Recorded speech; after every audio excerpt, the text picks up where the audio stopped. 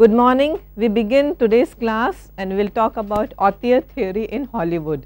So, I am sure most of you remember we have done auteurism in France, and who was the originator of the auteur theory in France?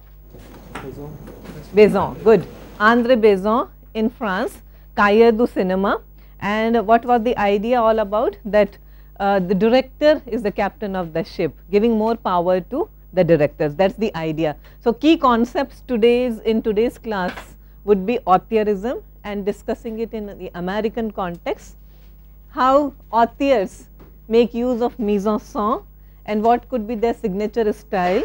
Key people would be Andrew Sarris, who gave us the theory of auteurism in Hollywood for American cinema. Ranjit was telling me the other day he read up on Andrew Sarris a few days back, and he died in 2012. Okay, so please do look up on Andrew Sarris and Howard Hawks as an author, but I am not going into too much depth. I am going to particularly focus on Alfred Hitchcock's cinema. I had already asked you to come having watched some of his major movies, including Rope. So, how did the concept originate? I am giving you a brief historical overview. In 1910, the British magazine Bioscope identified some directors as special. So, we are talking about as early as in 1910. Remember, cinema is was still in its very early stages. It began in 1885, and 1910 Bioscope already identified some directors as a class apart. In Germany, the term Auteur film was used during the same period. Filmmaker and novelist, and this we have already talked about, Alexander Astreux, who coined the term camera pen. That means if camera is a pen, director is the author. Okay. So, this is the connection. Astreux wanted to raise the status of cinema from a working class form of entertainment to high art form. There are many people who regard cinema, okay, what is there in cinema? It is just a time pass affair. But people like Astreux and Besson and later on Pauline Kael and Andrew Sarris, they try to elevate the status of cinema from just a very lower mode of entertainment to high art. A word about Alexandre Astreux. Astreux's article La Camera Stylo, camera pen, stylo pen, 1948, called for a new language in filmmaking, and the upshot of which was that camera should be used the way authors use their pens. He posited that filmmakers should make more personal kinds of cinema, and this is something that you will find in the works of authors, personal kinds of cinema. And when Vimal, you are talking about new Hollywood cinema, they are all about personal cinema. We talked about Coppola the other day while discussing The Godfather. Personal filmmaking, something that reflects the personality of the filmmaker. We have already talked about Truffaut. I am just doing a quick recap and then lead you towards the major author that we are going to discuss, that is Hitchcock.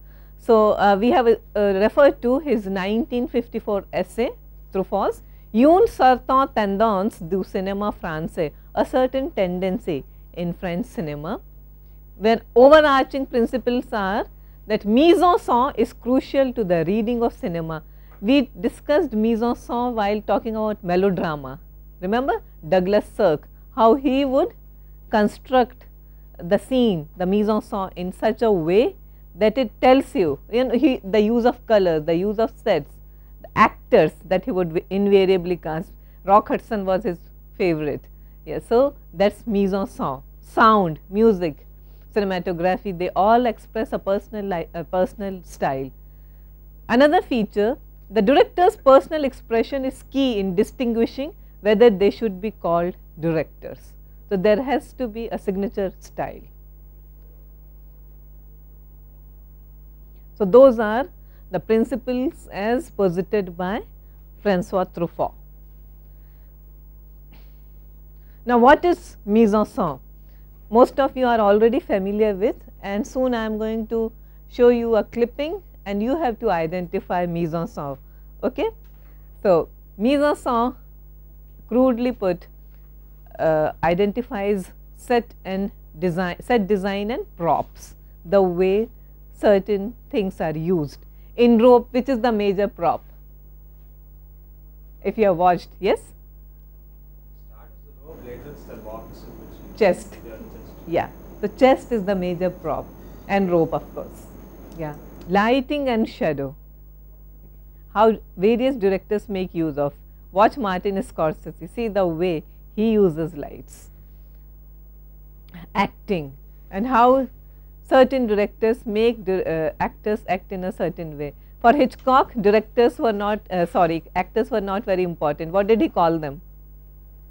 Actors are all, the word, cattle. Okay. Hitchcock used the term very boldly, cattle, for actors. He said that they are all alike. It's me who controls the movie. Okay. Costume and makeup.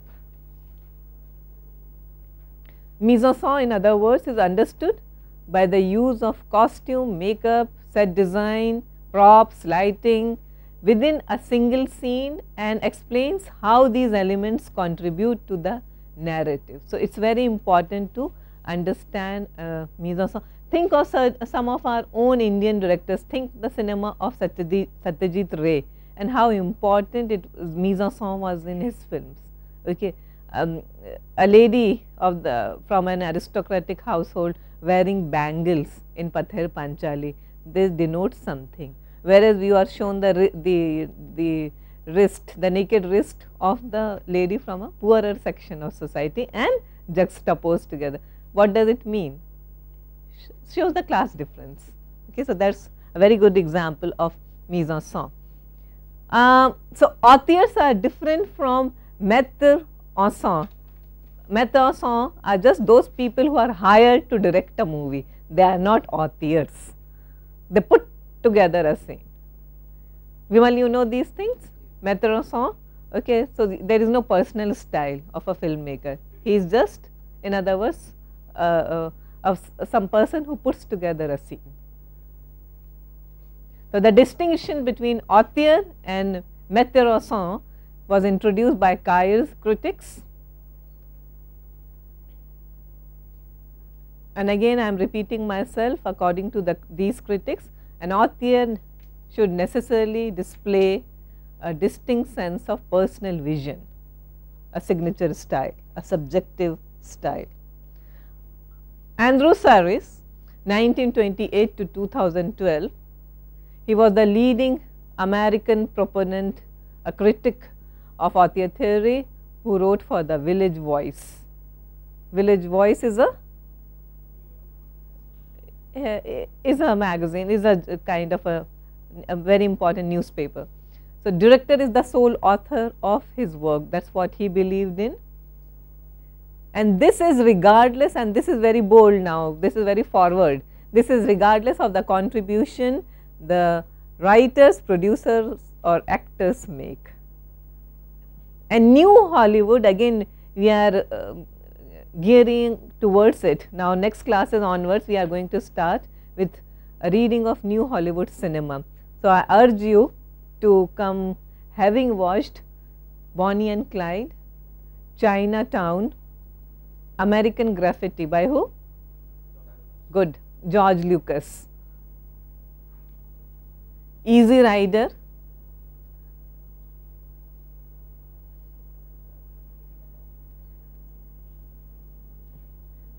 if possible watch Shampoo, Warren Beatty's. I do not know if it will be available. Shampoo, you wash your hair with shampoo. Okay. So, Andrew Sarris later ranked directors such as John Ford higher than someone like William Wyler. Okay, so that is Sarris's own opinion. For example, see, all these critics had major biases. For example, Pauline Kael was the one who made people like Warren Beatty, Robert Altman, and later on Martin Scorsese. She never liked Coppola though. Sarris's The American Cinema maps the history of the talking picture period up to 1968 into 11 categories of filmmakers with titles like Pantheon directors, strained seriousness and lightly likable. So, some are seriously likable and some are lightly likable. So, it is up to you if you want to agree or disagree with his list. And each category files directors' alphabetized names and filmographies with analysis of the distinctive personality or lack of personality of each director's body of work.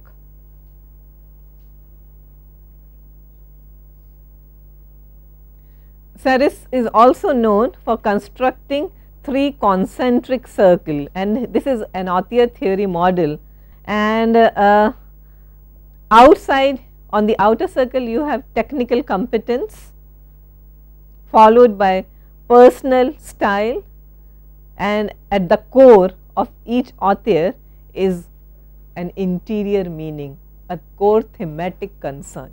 So, that is the model Andrew Saris proposes it, and it works. You know, technical competence, there has to be some kind of a style, technical style. Then personal style, it can even mean the kind of team you create for yourself, the kind of people you collaborate, because you are certain kind of a filmmaker, so you want to work with only these people. Douglas Sirk and Rock Hudson combination. Why did he want an extremely good looking actor for all his films? There must have been a reason. John Ford and John Wayne. Why did John Ford want only him? Howard Hawks and often Humphrey Bogart and Cary Grant. So, the hyper masculine actors of that particular age. And what was the interior meaning implicit in there? So, Andrew Saris's choices, this is just an overview, and I want you to be familiar with the with some great works in international cinema. This is the list he gives in 1962. Ugetsu, you remember when we were doing Japanese cinema, we talked about Ugetsu, Tales of Ugetsu. Lola Montes, you are already familiar with. Who directed? Good, Max Ophuls. Règle de jeu you have done. Who directed? Jean Renoir. L'Atlante, Jean Vigo. The Great Dictator, Chaplin. The Magnificent Ambersons, Shadow of a Doubt. Magnificent Ambersons, Orson Welles. Shadow of a Doubt, Hitchcock. Nuit and Buller, that is a French movie, and Tir sur la piano, Shoot the Piano Player by Truffaut. A Bout de Souffle by Godard. So, this is Andrew Saris's definitive list of definitive movies, but then it is 62, and of course, you would not have some of the more contemporary filmmakers. But this is, I am often asked, tell us what to watch. So, this is how canons are created. Remember, we have already gone through the process of creation of a canon. So, this is a canonical list. If you want to understand cinema, go through this. See if the movies that you are doing, they have echoes of these films. It is important to understand. Now, problematizing the author. Again, I am quoting Saris. Why is an author a problematic category? Because see, then what happens to someone as important as an actor? I mean, think Tamil cinema and think how our industry works. Yeah, even Bollywood, maybe things are changing of late, but they haven't always been like that. I mean, I can give you example from my personal experience. There was a time during the late 70s and 80s, anything starring Amitabh Bachchan would be a mega success regardless of the product, the quality of the product. So, people would just line up for any movie starring Amitabh Bachchan, and similar is the case down south. You have a particular star and people would go for that. So, what happens to this category called actor? Then how come we say that authors are so important, when actors are definitely the ones who draw in the audience? Cinematography, You often talk about Mani Ratnam and Rajiv Menon or Santosh Sivan collaboration. They are the ones who give vision, who implement the director's vision, who execute the director's vision. So, it is very important because they are the ones who focus on visual style, length, the movie, a depth of field. So, it is important to understand that why cinematographers are so important. Gordon Willis and Coppola, in spite of all their differences during the making of the first Godfather, he still went to him for the second part as well. So, cinematographers are as important if you think about it that way. Two exceptions, directors who are also cinematographers, Lars von Trier and David Lean. You are familiar with the works of von Trier, but what did David Lean make? Classics are not your strength. Passage to India, Lawrence of Arabia, remember these films, okay? Oh yeah, okay. And writer, I mean, what does a writer do? Generally it is accepted that writers are at the bottom of the food chain and they are not at all important. Most controversial category because anyone has the right to interfere with a writer's work, especially directors, especially actors. Okay, they want to change a line, they can do that without a by your leave. So, film or screenplay or a story is written, rewritten, renegotiated several times. So, what happens to the screenwriter? And then of course, you have composers and there are legendary composers who have added inimitable touches to a film. For example, we have Coppola and Nina Ricci, we were talking about them the other day, Godfather. Nolan and Hans Zimmer, legendary partnership, and so is Sergio Leone and Ennio Morricone. Spielberg with John Williams. So, all these people make a movie, there is a very significant contribution which cannot be negated, actor, cinematographer, writer, composer. So, then what happens to the author? So, this is a question that I am throwing open to you. There are no answers, as Kurosawa has already told us that there is no fixed truth. Now, a quick, I mean, we are doing so much of directors and authors, so and we did not touch upon Howard Hawks at all. So, a quick look, a quick glimpse at Howard Hawks, one of the greatest, one of the most successful directors of all times, and then we will move on to Hitchcock. So, Howard Hawks started his career as an aviator in the First World War.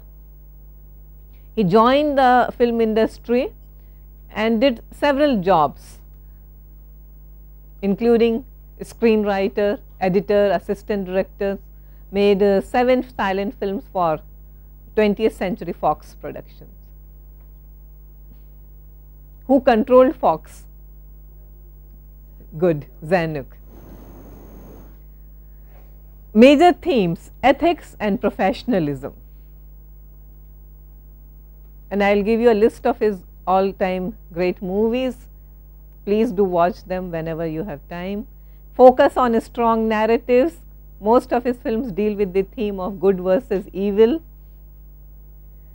William Friedkin, we often talk about him, Exorcist and the French Connection, and he once met Howard Hawks, who was already in his 70s, and Howard Hawks gave him just one tip that in most American New Wave cinema, I do not find the good and evil. There should always be emphasis on the good versus evil.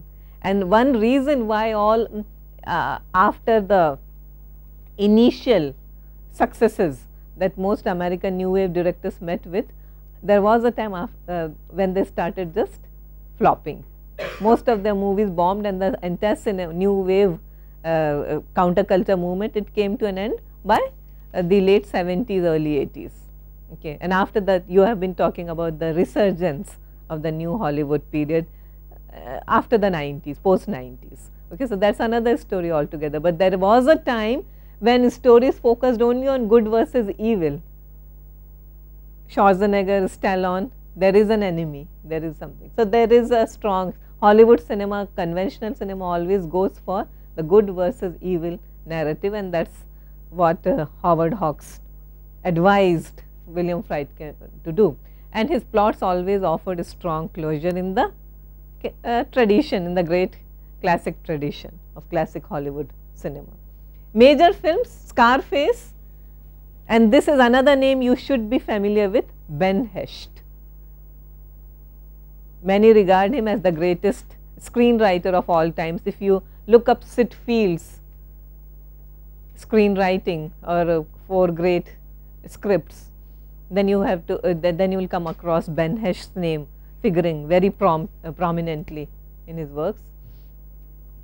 Scarface, directed by Howard Hawks and produced by the great Howard Hughes, the aviator.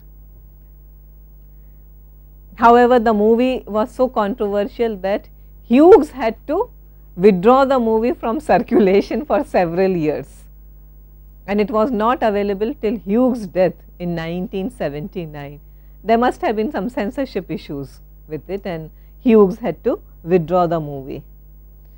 Some great movies by Howard Hawks: The Road to Glory, one of his earliest ventures; Bringing Up Baby, Cary Grant and Katharine Hepburn; His Girl Friday, again with Cary Grant; The Big Sleep, based on Raymond Chandler's novel by the same title, starring Humphrey Bogart and Lauren Bacall; Red River is a western, John Wayne and Monty Clift; Gentlemen Prefer Blondes, Marilyn Monroe; and Rio Bravo, again with John Wayne. And Rio Bravo happens to be a favorite film of many of the new wave Hollywood filmmakers and also of Quentin Tarantino. Okay, any questions now here? I want you to watch a clipping from Rope, discuss the mise en scène. This is the opening title sequence. Observe that it is based on a play by Patrick Hamilton, and then it was adapted in a screenplay by Arthur Lawrence. Okay. Comments. Music, the opening, think of the way the movie opens and then what it leads you into. Okay, so typical Hitchcock style. What is it telling you? It's a, when the movie opens, what scenes do we see? Street scene? Yeah, but the elite of market area. Okay. Cantilever, the comedy on the road. Okay. What else? The calmness. The calmness. Okay. What else? A lady pushing a stroller down the street. It's a normal regular day, just like any other day. By the time the titles end, we also see a policeman helping 2 children crossing the road. That means it's a very normal kind of a society, very peaceful, harmonious, and then this is juxtaposed. And why is David killed? For no reason.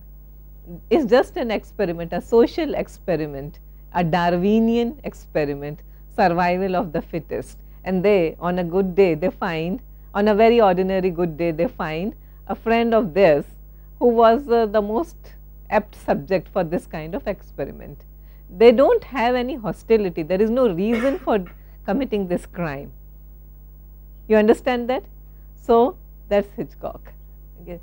Juxtaposing something two very radically opposite scenes and bringing out the difference. It is an ordinary day, ordinary human beings are doing their business, and then you have 2 people who think they are extraordinary and they have every right to kill a fellow human being just because they want to carry out this kind of experiment. And we are also told later on, if you have watched the movie, which is the philosophy implicit in the movie? Nietzsche's idea of Superman. Okay, there is a Superman, okay, not the Superman, the superhero Superman, but a a being which is intellectually and culturally superior to other beings, and that is Nietzsche's definition, philosophy of Superman. Darwin also says the same thing, that it's the society is based on the principle of survival of the fittest. What else did you see? The music, it leads you into something. Okay, so from something very, giving you the ordinariness of this day, it takes you into something more sinister. That is the kind of music. Now let us talk about the set and the props, most important.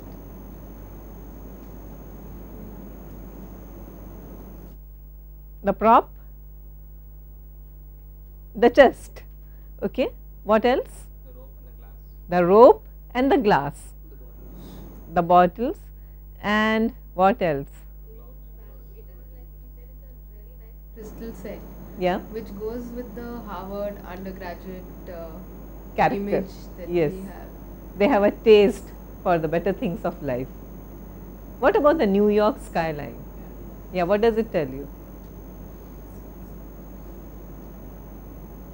What time of the day it is? Evening. Because they say, so what a lovely evening. He doesn't say what a lovely morning or a day. He says it's very clearly stated, lovely evening. Perhaps it's 4 or 5 in the evening, and everything happens in real time, remember that. Okay. So the passage of time is clearly stated there. And Hitchcock is telling you it's happening in real time, because that's what, see, remember, rope was a big experiment for him, a very successful experiment for him. He wanted to make the movie in real time, and something else he did with the editing part of it, that we will talk about later. Okay. Then the Gate subtext, that is important. You have to understand that the author Patrick Hamilton was the writer on whose play the movie is based on. He was a known homosexual. Arthur Laurentiis, who adapted the play into a screenplay, was also a homosexual. The two actors, okay, and this is very important, John Dell and Granger, Philip and Brandon, they are also known homosexuals, British actors. So the word gay, because you are still talking about the code days, yeah, so it's never ever implicitly stated, explicitly stated, but it's there, the subtext is there. The two men live together, they are throwing a dinner party together, they are going for a holiday together, and we are also told later in the movie that Brandon is going to introduce Philip to his mother, and he is going to sponsor Philip's music lessons, and is going to initiate his big concert, his life, his career into concert piano. But in this film, it's stated, I forgot the name of Joan Chandler's character. Mm.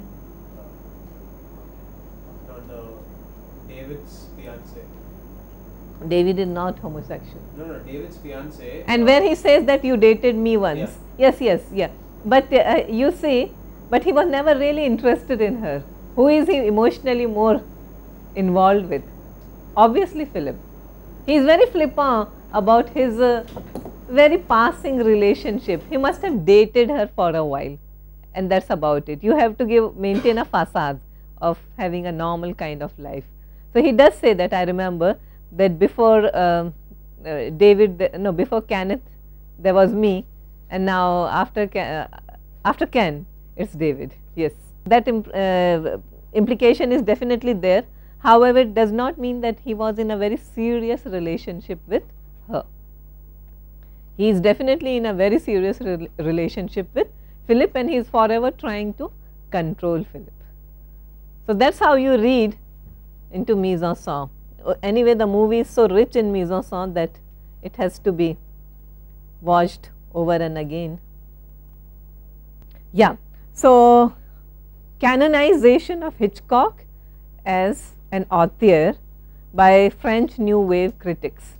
We all know that Hitchcock in his homeland, in his own home turf, was never recognized. the kind of respect or recognition he deserved was never accorded to him. We have already talked about it. But the French New Wave critics were instrumental in building his reputation. And we are talking about the usual French critics, Besant, Romer, Chabrol, Godard and Truffaut. And Truffaut has also famously written a book, not just written a book, but interviewed Hitchcock, Truffaut on Hitchcock. It is a series of interviews. I recommend that you please go through that. Everything is available online. And Hitchcock was one of the first directors to whom they applied the theory of auteurism. Hitchcock's innovations and visions have influenced a number of filmmakers and directors, and we are soon going to look at his legacy as well. And Hitchcock was one of the foremost filmmakers who started a trend for film directors to control artistic aspects of their movies without being answerable to the film's producers. So, this is one of the foremost examples of a filmmaker trying to take control over the product rather than the producer. So, the name above the title. Francois Truffaut's book, or interview rather, and it has come out in the form of book also, written with Helen Scott in 1966. It played a very important role in canonizing Hitchcock and promoting the director's authorial identity. Hitchcock was almost always involved in every aspect of filmmaking. He decided who should star in his movies. He decided who should be the screenwriter. Remember, there are very few Hitchcock movies which are based on original screenplays. He never wrote a screenplay. Most of his films are adapted. We have already spoken about his adaptation of Rebecca and Birds, based on Daphne du Maurier's works. Strangers on a Train. Who is the author? Patricia Highsmith, who later on wrote the very successful Women, Patricia Highsmith. The Ripley work, Talented Mr. Ripley. Okay. So, Patricia Highsmith is more or better known for her Ripley work rather than Strangers on a Train. Birds, no one was aware of its existence till Hitchcock took the story in his hands. So, he would develop the screenplay, but would it is very doubtful whether he actually wrote an original screenplay. Also influenced the soundtrack and the visual style. And if you look at a still, one of the posters of Psycho, then you see where else would you find director's picture so prominently displayed on the poster. And what is it telling you to do? Be on time. Okay, don't be late. That's Hitchcock telling you what to do. Okay. And no, I mean, it was never done before Hitchcock. A director displaying his own photograph, splashing his photograph all over the posters. Otherwise, we have seen how star dominated the entire situation, the scene was. Again, look at this is a poster from Rear Window, and you have Hitchcock. So, this is Hitchcock's Rear Window. So, if you could digest Psycho, then this is going to be more nerve rattling. And then here you have Rope, which says that nothing ever held you like Alfred Hitchcock's rope. So, you see, this is Hitchcock holding you. I am the maker, I am in control. A very clear and strong message. Some of his most accepted aesthetics, features of aesthetics, invariably making a cameo appearance. He is there. Is he there in Rope? He is one of the people crossing the street. Mise en scène, known for mise-en-scène. Vertigo today is associated with the color green, and if you watch the movie, there is so much of green and red in the movie. You do listen to Vertigo's soundtrack, go online today, go to YouTube, listen to Vertigo's soundtrack. It was so innovative for those days. All those electric instruments, unheard of those days. Bernard Herrmann, North by Northwest, Vertigo also, Psycho and Marnie. And of course, new wave Hollywood directors, so impressed they were by Hitchcock, that who famously used Bernard Herrmann? Scorsese for Taxi Driver. Scorsese for Taxi Driver literally brought Herrmann out of self-imposed retirement, and Herrmann said, who are you? I mean, I am used to working with the likes of Hitchcock, and what are you giving me? I have worked with James Stewart and on Vertigo, and the classy Mr. Cary Grant on North by Northwest, who would invariably wear all these Gucci suits, and you are giving me a movie about a taxi driver. So, no way I am going to do it, but then Martin Scorsese had his own, he would have made an offer he couldn't refuse, and therefore we had Bernard Herrmann's, and it's a very haunting score in Taxi Driver. Miklas Rosa in Spellbound. Okay, it's also a very surreal movie starring Gregory Peck and Ingrid Bergman, and some scenes, some stills from Spellbound, ostensibly a love story, Gregory Peck, Ingrid Bergman, and in this movie he collaborated with the surrealist artist Salvador Dali and created that famous dream sequence where hero is being psychoanalyzed. And I am not going to be a spoil sport, I will not tell you why the hero is being psychoanalyzed and what's the how does the movie end, but here in this particular still you can see very surrealistic close-ups of an eye, dream state or dream-like state. Gregory Peck being psychoanalyzed, and this was a scene, this was created by Salvador Dali in collaboration with Hitchcock. Now coming to the movie that we have already talked about, Rope, and we have already discussed how the opening of Rope is something depicting a very ordinary day, a very regular kind of day, and then what happens subsequently. So if you look at this particular still, what's the mise-en-scène like? Setting the dining table, but what's the dining table? The chest. So feeding off on David's grave. That's something that James Stewart character says at the end, that you made us eat off his grave. Remember? And see how beautifully the scene is set up. It's an apartment, but not a very huge apartment. It has just a very limited number of rooms, and you can, through this point or through this perspective, you can see the rest of the apartment till the kitchen. Setting up the table and the New York skyline, and as the day closes you can see the skyline also getting more and more darker and the lights coming up. And it was not, the movie might have been, it gives you the impression that is shot in real time, but of course Hitchcock constructed this set.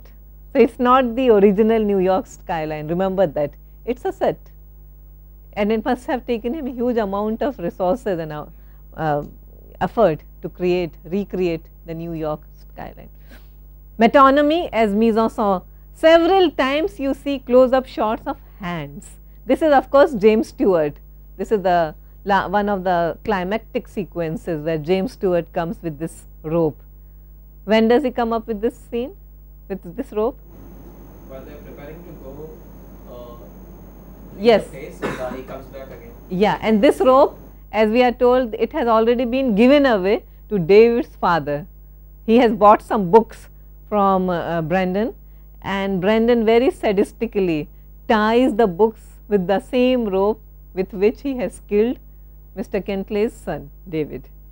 And James Stewart, when he returns to the apartment under the pretext of retrieving his cigarette case, he brings this rope, and that's the thing that gives away the entire game, because Philip, who is already at the edge, now just completely crosses it and confesses that yes, we did it. That's Hitchcock in the background. He is not just the person who crosses, but you can also see his face all lit up by the neon lights. Okay, so that's one instance of a very innovative use of mise-en-scène. And then this is something that I often refer to, the kiss in Notorious.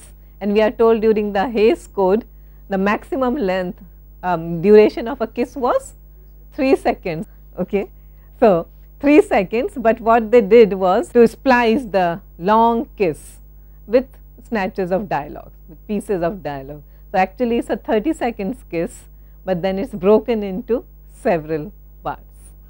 So that's a kiss between Cary Grant and Ingrid Bergman. I think this movie is also referred to in Rope, remember? David's aunt, who is one of the guests, and she says, I just watched a movie with Cary Grant and that Bergman woman, and it's, what is it called? She says something, that's something, yes, that's Notorious. The long take in Rope, and now this is something that all of you should understand very clearly, because this is the way Hitchcock played with the conventional ideas of editing. Okay, what did he do? Okay, so Rope is seen as a denial of the standard conventional traditional editing process, a kind of negation or repudiation of its importance and power. Generally, editing means having several shots and takes, but here there are lengthy takes. And did you notice anything unusual in the editing of the movie, if you have watched the movie, the way it's edited? While I was watching the movie very recently for this class, and I just thought what's going, because I had long take sequence in mind. Did you notice anything unusual? There's an illusion of the movie being continuous shot. It's not an illusion, it is continuously shot, not the entire movie, but it has long takes, 10 to 11 minutes, okay, which is very unusual. But I am talking about an unusual scene in the movie, which gives you an impression that this is not something which would happen in a normal movie.